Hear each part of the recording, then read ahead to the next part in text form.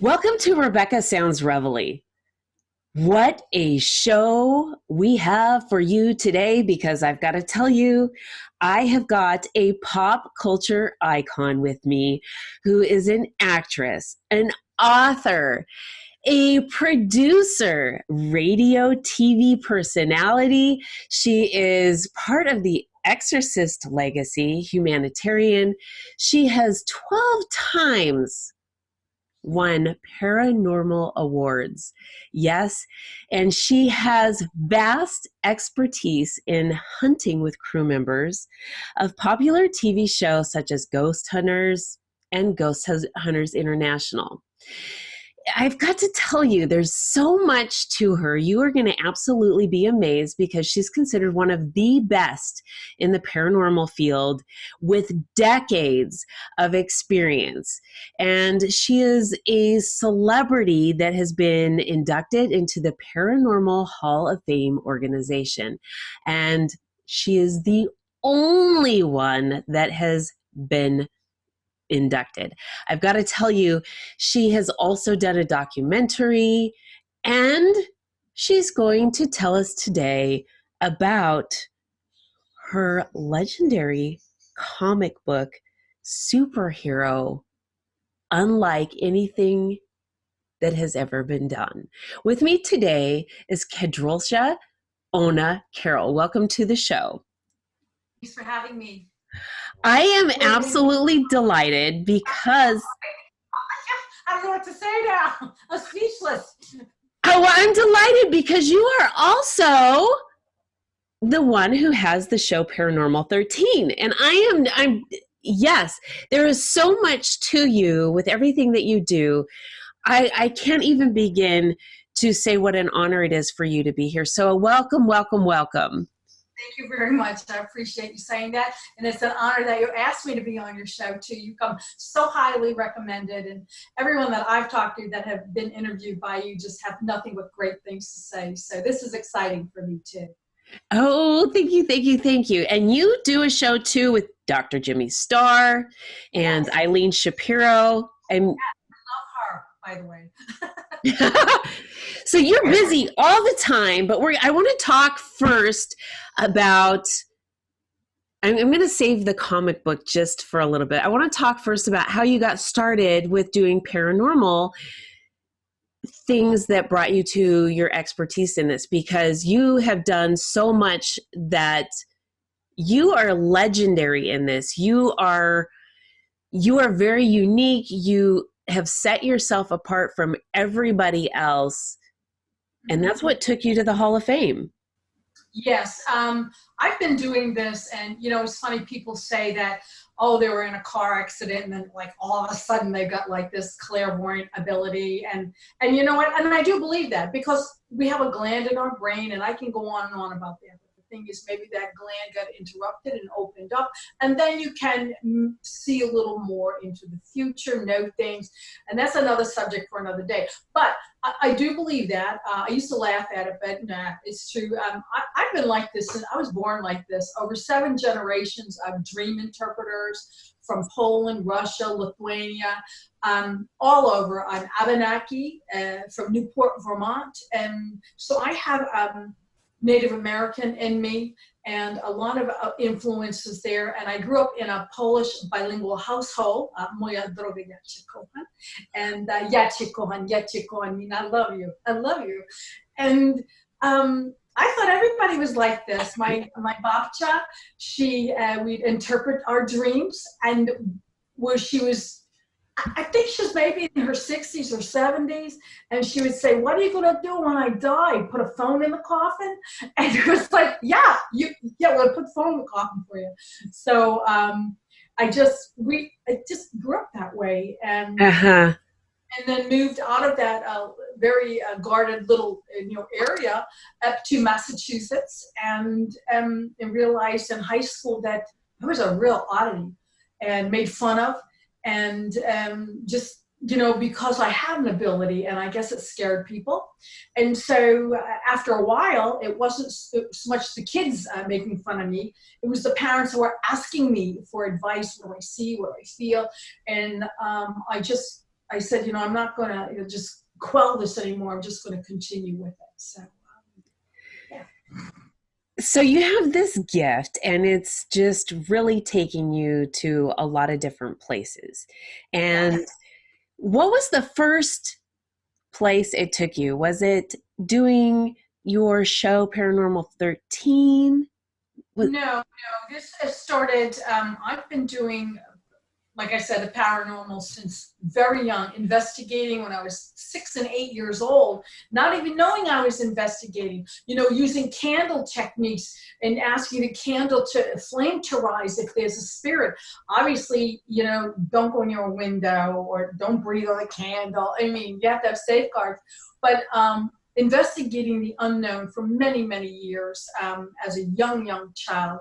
And Okay.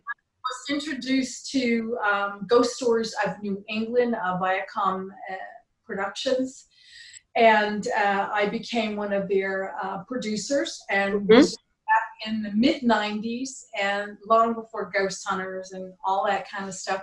And we would put history with the tales of the ghost stories, and then we started investigating. Okay. Yeah, so we did that way back then, and I won a lot of awards with that program.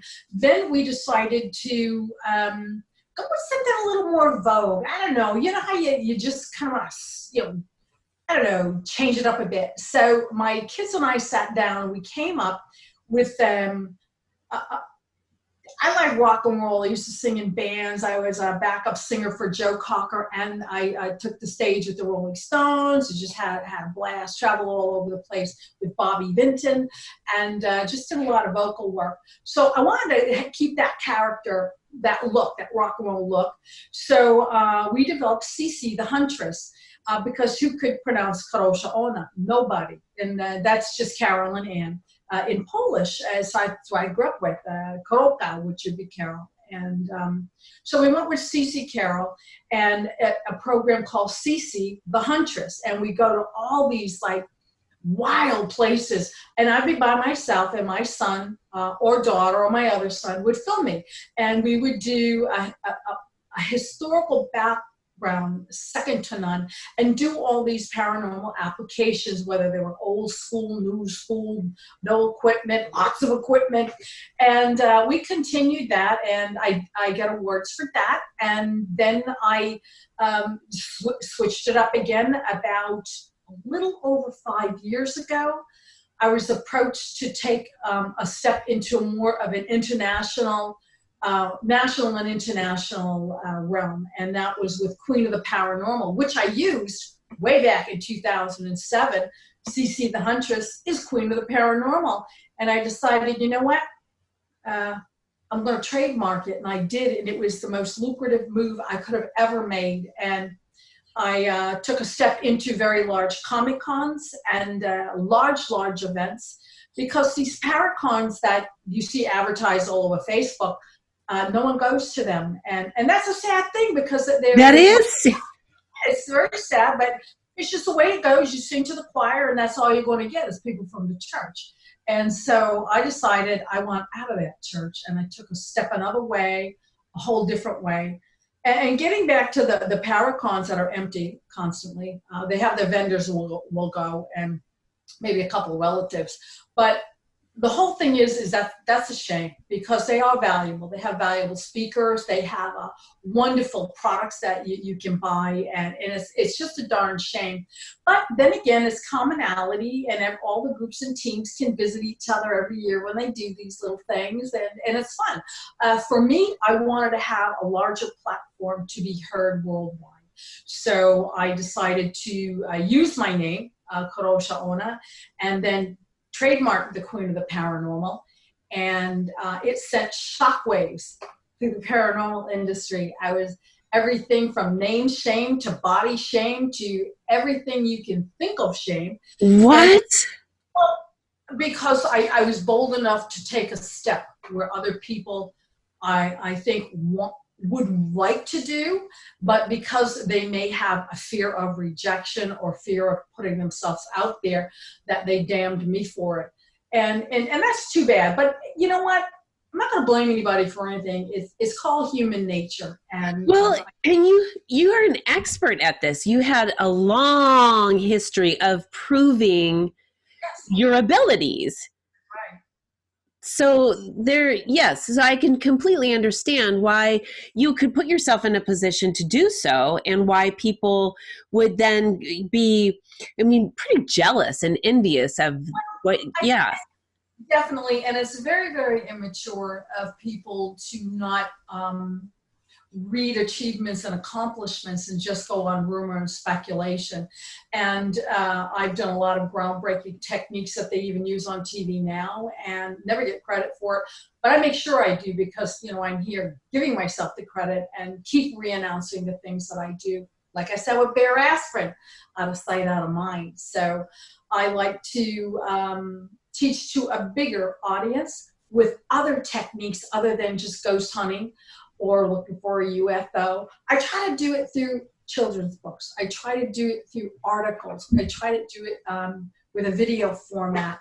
Many, many different ways that we can share the paranormal with a mass audience, other than, oh, did you hear that? Did you hear this? No, I did not. I didn't hear anything. And I don't think you did either. And Right. so it's over-processed. You've got producers that don't believe in the paranormal, but want that stuff out there. And Oh, interesting. yeah, That's very interesting. Let's talk for a minute about the children's books, because you work with Jim Henderson. excuse me, I didn't hear you. You work with Jim Henderson, don't you? No, I worked with it's Billy Diamond, and Okay. he was Jim Henson's puppeteer for the Muppets. Okay. And he had. That's what it was. That's what. Yes. Just whenever you go to a pop culture event, Billy Diamond has to be there. I mean, he's so fabulous, and I approached him about writing a children's book. And I wanted it to be based on hard-hitting subjects like child abuse, anti-bullying, sexual abuse, and the list goes on. And that's a hard format for kindergartners. So I like anywhere between kindergarten and, maybe second grade, that area. And so we're taking the hard-hitting topics and taking a positive spin on them, which is like, how the heck did you do that? But when you do get a book and you read it, you'll say, oh, wow, I get it now. I absolutely get it. And so what we're doing is we're using dinosaurs. One's named after my grandson, Dean. And then my husband has my grandchildren, and we have those little girls, all little dinosaurs, and bows on their head. And we're teaching a valuable lesson. And that's book one. Book two, because we're doing a series, each has a hard-hitting topic. Book two is my illustrator is Guy Gilchrist, of all people. He's the guy who was the artist of the Muppet Babies, and he was the cartoonist for the Muppets, and extremely famous and prestigious guy. And we're doing the second book, which is another hard-hitting subject. First book is about bullying. Second book is about being hit, like if someone abuses you. And again, we go back to, how did you take that and turn it into a positive? My character, I'm in the book dressed as my character, dressed as not a superhero, but like I am in Downtime, just in a black and a blue top, whatever. And then all of a sudden, I become that superhero, family-friendly version, of course. And that's when we get the positive lesson there. So I love this. Really cool. I love this. And I feel very fortunate that I have the connections, through networking. But not only that, is because they trust me. I have a good message, and I'm their friends. And that's why we go forward with, projects like this, because we know that we can take it from step 1 to step 10. And then put them out on the market.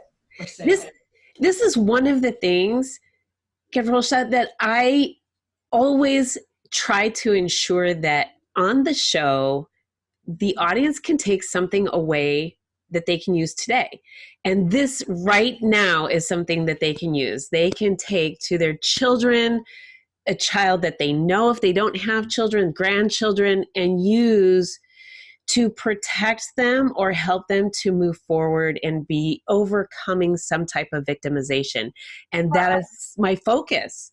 And my mission with the paranormal is positive energy. The same thing that transcends into the comic character, positive energy. So we have the first book is Dean is Sad, Dean the Dinosaur, Dean is Sad, subtitle Positivity Saves the Day. So that's the title of that book. And again, we take away a positive message. And it's really important. Same thing with the paranormal, whether it's healing, whether it's prayers. I am who I am in real life doing this, and also doing it in between the pages of a comic book. And that's was a rarity, and that's where I was notified that being the first person in comic book history to do what Yes. she does in real life between the pages of a comic book as a superhero. That's where I was just going to go. I wanted to take it there and talk about this because this is huge what you're doing. Nobody has ever done anything like this. No, This, and this is a first. it is a first. And with all firsts, if I were a guy, I'd be all over the place. But because I'm a girl as a superhero, not only that, but a real live superhero. It's not that I up and coined this name by myself, but since a very young age, I would help. I would help dogs, cats, people, whatever. That doesn't make you a superhero, but at the age of 12 years old, a 2-year-old and a 3-year-old fell through the ice where we were living down the street. And at 12 years old, I went into the water and I saved them. And from there, we go forward. But it makes me so emotional because, like, where are the parents? 2 and 3 years old? Yes. So I said, I'm going to get them. And I got them and brought them out to safety. I have, like, tears coming down here. I'm trying to, yeah. Mm-hmm. Goes on. I remember in my teens, there was a barn full of horses and the whole thing burnt down. Some horses lived, some suffered, some died, And so I raised an extraordinary amount of money for the people that lost their animals or needed medical care. And so what I did was I decided to split it up amongst the people that required the money. And that's how we gave it out. I also, let's fast forward. We were here recently, and it was a little over a year ago. I went out of my house to go bring some recycling to the trash can, the recycling bin, and there was a gentleman sitting behind a bush, and I thought, I don't know, see what he wants. Might need some help. And he didn't need any help because he pointed a gun directly at me in my yard. And okay, this is amazing. Right here, what you have to share. And I really want everyone to pay attention to this because this is intense. Yes, it was pretty intense. And because I was maybe because I was a police officer, or maybe it's just the person I am, I instinctually kicked that gun. I kicked the gun, I fell down, and before I knew it, the guy was over me with the gun, and he fired twice. The gun it jammed, and I was able to get up, and then I was knocked unconscious, and subsequently woke up from that and went to the school where they have a security guard to call the police. I tried to get in my house. I couldn't get out. I was all discombobulated. And anyways, long story short, that's a true story. Police report, I recounted it and everything. And it was amazing. I honestly feel, and I live one house from a high school, one house. What was a kid doing with a gun sitting there? Yeah. All I can say is I did, after a day or two I thought I had seen a hypodermic needle, wasn't sure of the yellow cap. And as I looked online at pictures of hypodermic needles, I realized, yes, I did see that, laying, caused to maybe he had a drug problem. And Okay. a drug problem, I kicked the gun. It was a cheap gun because the kid's got a drug problem. So it probably was not related to any kind of school violence. But then again, you don't know when people are taking drugs, what they're capable of. No, Sometimes, and that could have just been the beginning to what could have been happening. right. And probably within, I'm guessing now, I don't know, anywhere between a month and 3 months after the incident, a boy was shot and killed up, I'd say 1 block away on the corner. And again, a drug situation. And I was told, not by police now, not by anybody, but just rumors in the neighborhood. So then again, you don't really know if it's true, but they said that was the kid that did that. Now, I don't know if it's true or not. I don't know. The gentleman had particular markings as far as the police is concerned. It's a closed case. They haven't found him.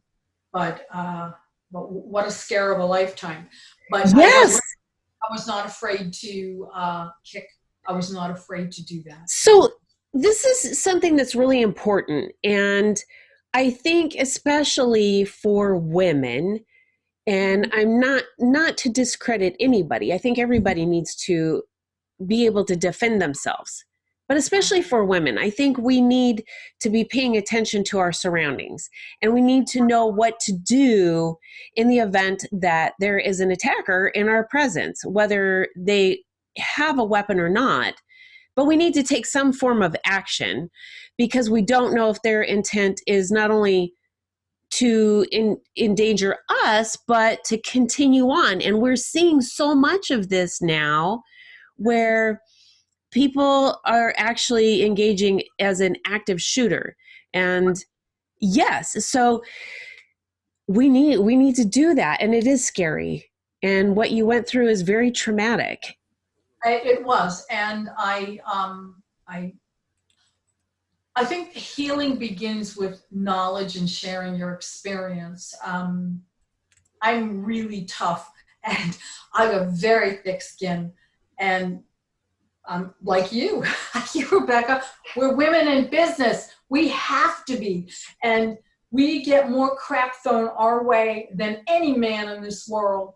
And to get noticed because of the superhero status of the comic book thing, it is like pulling freaking teeth.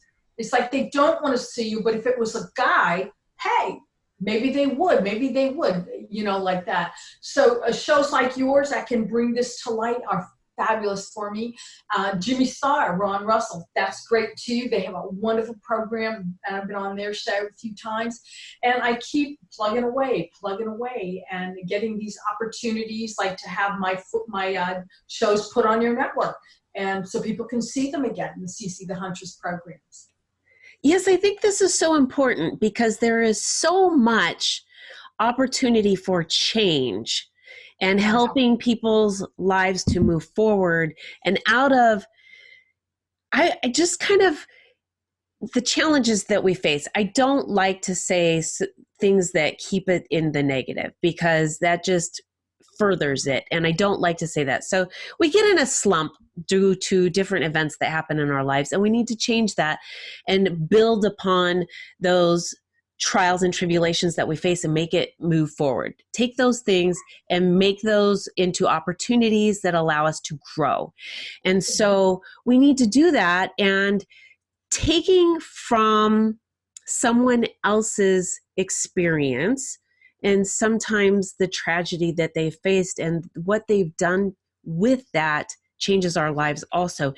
And your experience with that is absolutely amazing. Now you're turning this into comic books, and we've got a postage stamp possibly coming. Yes, that's true. The thing is, being a superhero, first superhero, real life person now, I'm not dead. They have this thing now, they passed, I believe it was in 2018, that you have to be deceased so many years to have a real live person on a postage stamp. But my status came out 2 or 3 years before they made that. So I can be grandfathered, in. All of these characters that you see in comic books are not real people. The first persons to do themselves in a comic book was in 1934, Roy Rogers and Dale Evans. And they did their TV show in a comic book. But there's never been an actual real life superhero in real life doing what she does in real life, healing, positive messages, all of this stuff in the pages of a comic book. I'm the first one. So therefore, now. I cannot be on a postage stamp. I think that's a remarkable feat, whether you're a man or a woman. Yes. It is a first. It should be considered. And I hope that it's going to, because these are all the things I'm working towards as a woman.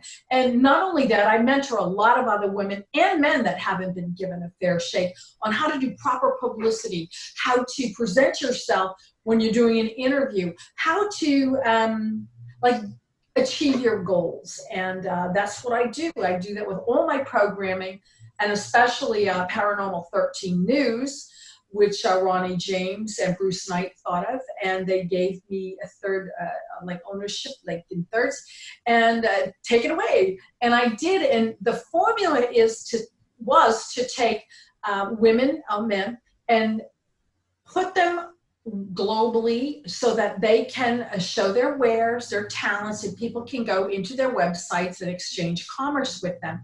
So it's like giving them a hand up. And I love it. Yeah, so that's what we were doing for season 3. I've kind of switched it up a bit because I think we have to keep things lively and vibrant and not be bored with the same, format. So we're going to switch that up. So next month we're going to start filming again for that. And again, the same basic thing: people helping people giving people a hand up and not a hand out. And, hopefully they can achieve their goals. That's what I would like for them. So if somebody wants to get in contact with you. Don't bother. No.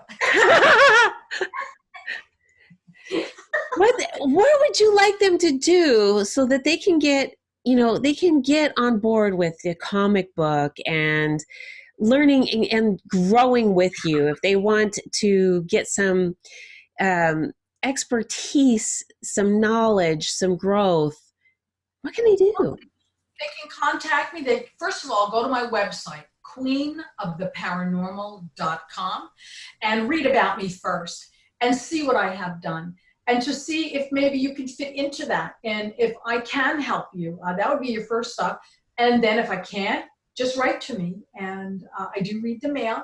My daughter does too. So if it's as significant as to a show or whatever, it's just like, hey, I like your boobs. Forget it. All those. But, there are the great email, and I try my very best to write back to everybody. And so that'd be the best way, queenoftheparanormal.com. And from there, you can get to all the social media sites, whether it's Facebook, Twitter, Instagram, and get involved in all those sites as well.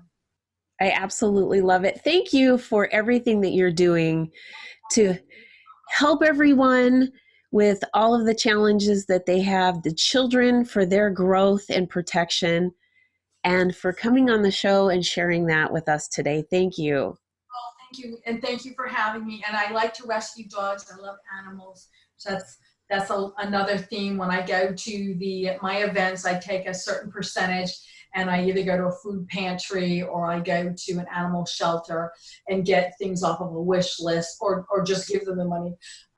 So I'm always involved in paying back our communities and like that. And the innocent animals too, they shouldn't be hurt. So we need to help them too. This is really exciting. You have so much to offer. I don't know where you get your energy from. What do you do? Water. I don't know. I absolutely love what I do. I'm dedicated to it, And I've raised my kids this way, and raising my grandson, my daughter this way. And it's nice to be able to show them that helping people can be extremely rewarding, and helping animals. People really do appreciate kindness and generosity. Not everyone's an idiot, or, I'd like to swear, but I won't. But they're not all like that. Just recently, I was asked by David Zucker, he owns Simul TV and My Jam TV Music Network, if I would put together a video promo for, he's working with Storm Aid Live for a Bahamas benefit. It's a telethon happening this November 17th, Sunday. And I'm not going to be there. I have a Super Mega Fest, which is another convention I'm going to. But to be able to put together a product for that huge, I was amazed. I did it for free. I could have charged. I said no, because we're giving back. We're able to help the people from the Bahamas. This is wonderful. We get a star-studded Yes. selection of people that will be there, taking the calls and giving the money and providing entertainment. And those, the video should be up within about a week. I finished it, but we're just tweaking some websites on it and things. Yeah. Oh, So this is exciting. So helping people and getting to know people, and they know you're good to your word, you're trustworthy, they'd rather work with you than somebody else. And I don't give lip service at all. I actually say what I'm going to do, and I do it. See, I have the same passion for people, and that is what is a driving factor. And so when you love what you do and you have a passion for it, that's where you get your energy. And it's not work. It's just a love. It is not work. It is what you do. It's Yeah. what passion is. And I can't think of a more rewarding passion than to take the knowledge I have in the paranormal, turn that into the positive energy, and then push it into the future for future generations, helping people along the way. And I know a lot of people think, oh, don't do that. What are you helping people for? It's very rewarding. It truly is. And I don't do it for the thank yous. I could care less about that. I just do it because it's, for me personally, it's the right thing to do. See, I feel the same way. I feel the same way. I don't want your money. I don't need the thank you. It's just what you do. I get it. And then people know that, and word gets out. And if you get a problem or need, an ear or a solution, they contact me. I have lots of people. I do a lot of private events for celebrities, and we're at the point now, I've been doing them for so many years, we don't even have an NDA to sign. We just do it. They know I'm not going to say anything, and that's it. And I've worked with many politicians before, and same thing with the ghost hunting, and we don't sign anything, and nothing's said, and it's done. Everyone's interested in the paranormal, and it's nice to be trusted and known for your work and your ability, and to put a good product together for people. See, this is fantastic. Well, I want to thank you again. Your credibility, your expertise, all of the things that you're doing is absolutely amazing. You're very unique, and that's what got you to the Hall of Fame. And this is just amazing. Anybody who wants to connect with Kadrolsha, you can, queenoftheparanormal.com. We're excited with all of the things that she has upcoming. Watch for the postage stamp. Get in contact with her. Follow her on social media. Check her out on celebre.media. You've got to check her. She's all over the place. And there's more to come. Lots more to come. Yes. Comic book. Well, all the other stuff we didn't touch on. Yes. Yeah. I want to have you back on the show because there is a lot more that I want to cover. And we're out of time, unfortunately, but there is so much more to cover. So I got to have you back on here pretty soon. I'll be waiting. All right. Thank you. Thank you. Thank you. And thank you too, Rebecca. Thank you very much. And thank all of you for tuning in to another episode of Rebecca Sounds Reveille. This has been really exciting because, as you know, I have a passion for helping, and There has been so much content in this that is going to really change lives. If you take a hold of what the tools were that were here today, it's going to make a difference. And I challenge you to go and check it out. Queen of the Paranormal.com. Thanks for tuning in. Make sure you share this with all of your friends, your family, and everybody you know on social media, and those you don't.